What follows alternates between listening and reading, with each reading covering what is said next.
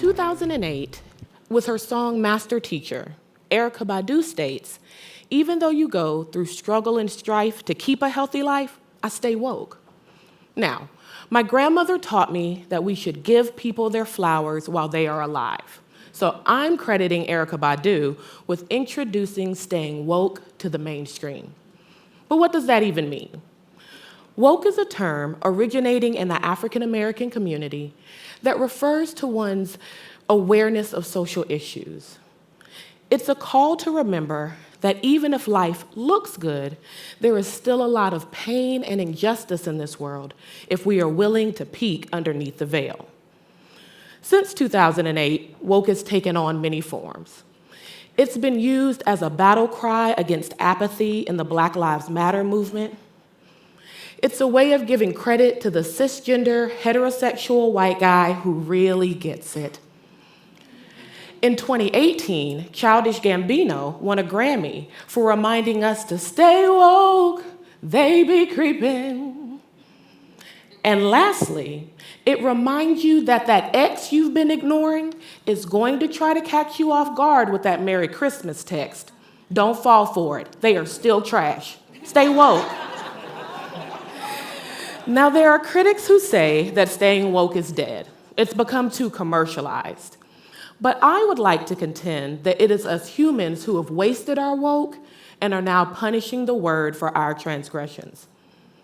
As a society, we are currently inundating ourselves with news stories and engaging in online battles about what we believe and how right we are to believe what we believe.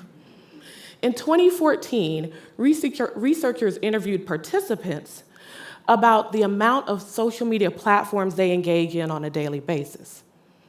The study showed that the more interaction you have online, the higher your risk of anxiety and depression.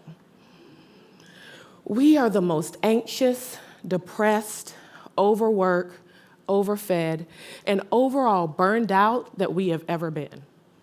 So the last thing we probably need to do is stay woke. But the problem is the world is in a very difficult position, and we've never needed to be more awake. So my question is, how do you stay woke and well? As a society, we have adopted a drive-through mentality where we throw out some ideas on social media or share an article on our timeline, and then we check the box that says, you know things and you care, before disappearing back into our own bubbles of privilege and disconnection. We engage in horrific, unproductive fights with strangers, where we allow ourselves to say the most abusive and oftentimes inaccurate things to other human beings.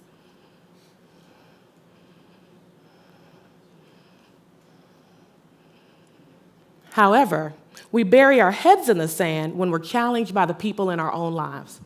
We just accept the racist uncle and the bigoted cousin. We attribute Nana's problematic statements about people who are different from her to her dementia. We ignore microaggressions, and we swallow the pain of being stereotyped by how we look or who we love. We give that infamous side eye to our friends when the one problematic person in the group says something inappropriate. You all know that side eye. But rarely do we confront it. Consider the idea of a whole pizza as all the energy you have in one day for all of your tasks and responsibilities. And let's say you have 2 slices of pizza for social justice. Do you feed the stranger who is screaming at you from across the room?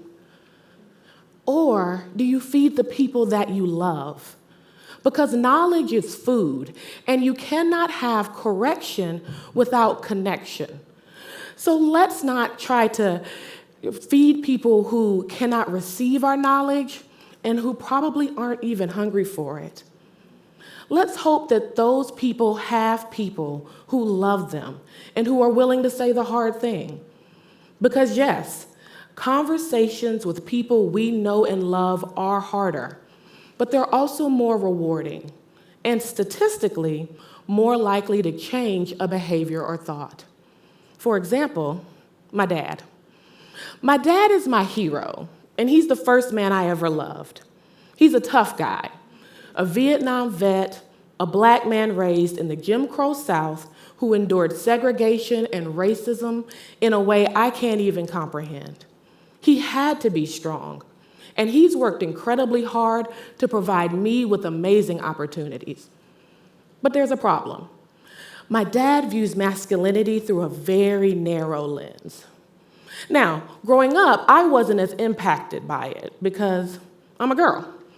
I have very fond memories of hugs and amusement parks and ice cream cones. But when I had my son, I began to notice some things I hadn't noticed before. My son Carter, who is 7, is a very gentle soul. He cares deeply for others, and as a child of a therapist, he's not afraid of his emotions. This makes my father very uncomfortable. But my son is building his view of the world, and I want to guide him down a path of inclusivity and awareness. So I've decided certain thoughts and behaviors about masculinity are off limits, because I think one of the ways society needs to wake up is how we raise our boys. Now, my dad is a big fan of Boys Don't Cry. And one day, we had to have a difficult conversation where I asked him to try to see that belief differently. And if he couldn't, to at least respect my son's right to his feelings. Now, like any parent, my dad wasn't excited about his daughter challenging him, but he loves me and his grandson. And ultimately, he realized that the most important thing was his relationship with us. So he shifted. Like I said, my dad comes from a different time, and I don't know if he would have survived his childhood without his level of strength and hardness. So I respect his right to be who he is. But I also respect him enough to believe that he can be better if he is given the challenge to grow. So I don't shy away from honest conversations because we can both do hard things. So how do you do that? How do you say a hard thing with compassion? I personally like to use I statements and the sandwich method and I statements. I start all of my feedback with words of affirmation and appreciation. I love you so much, and I appreciate who you are in my life. You're so strong, and I admire your strength. This plays 2 roles. It helps the other person to feel seen, and it also reminds me that the other person is not my enemy. Next, I address the issue with I statements. I feel uncomfortable, sad, hurt, frustrated when I hear you say. I use this style of communication because it helps the other party not to be so defensive, and it's much harder to argue with someone's feelings. Finally, I end it with my boundary and more affirmation. And so I'm asking you to refrain from using that phrase or making that generalization in my presence. And because I love you, and I know you love me, I believe we can continue to nurture our relationship despite these differences. I really appreciate you allowing me to be honest with you. Now, I have found this approach very effective. It allows me to manage my feelings in an appropriate manner. And it also creates a space where the other person can hear me, but not feel like they have to change who they are, but simply respect who I am. So the next time you need to have a hard conversation, give it a shot. Now, back to my original question about being woke and well. I want you to consider how much pizza are you saving for yourself?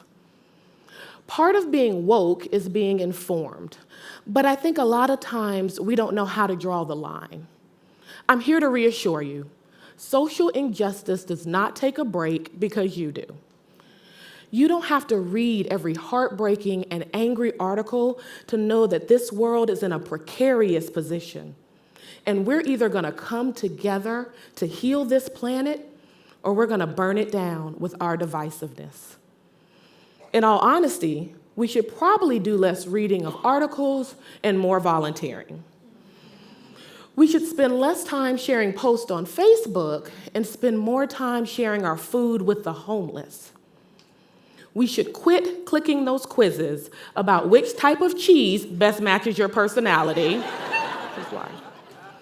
And make sure you click the ballot on election day.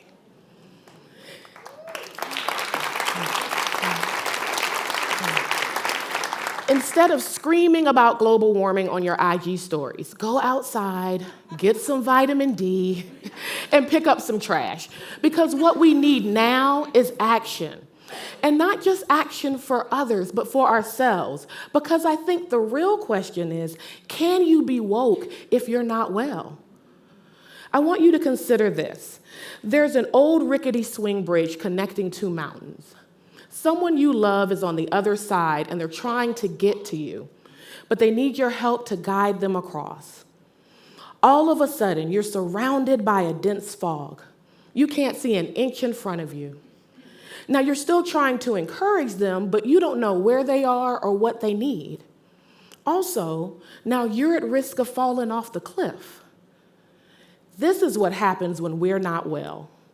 We can be so steeped in our struggle, pain, trauma, and heartbreak that we can't see clearly, and the people that need us are just left to figure it out. Now, this analogy is not designed to guilt anyone, because we have lots of reasons not to be well, especially if you're woke. Add that to our own experiences of shame, fear, and abandonment, and it's the perfect storm for someone to be immersed in a fog of pain so thick they can't find their way out. We begin to lose sight of why we even started the cause, and we begin to try to offload our pain on anyone we can justify may deserve it. When you're spending more time arguing on Facebook than making a difference in the world, I contend you're in the fog. So please save a slice or two for yourself and add some good toppings of healthy connections, consistent self-care, and a heap of good old therapy when you need it. Because I believe that will keep you fed enough to stay woke. And so I leave you with these two questions. Are you standing for what you believe in a way that challenges you and others to make real change?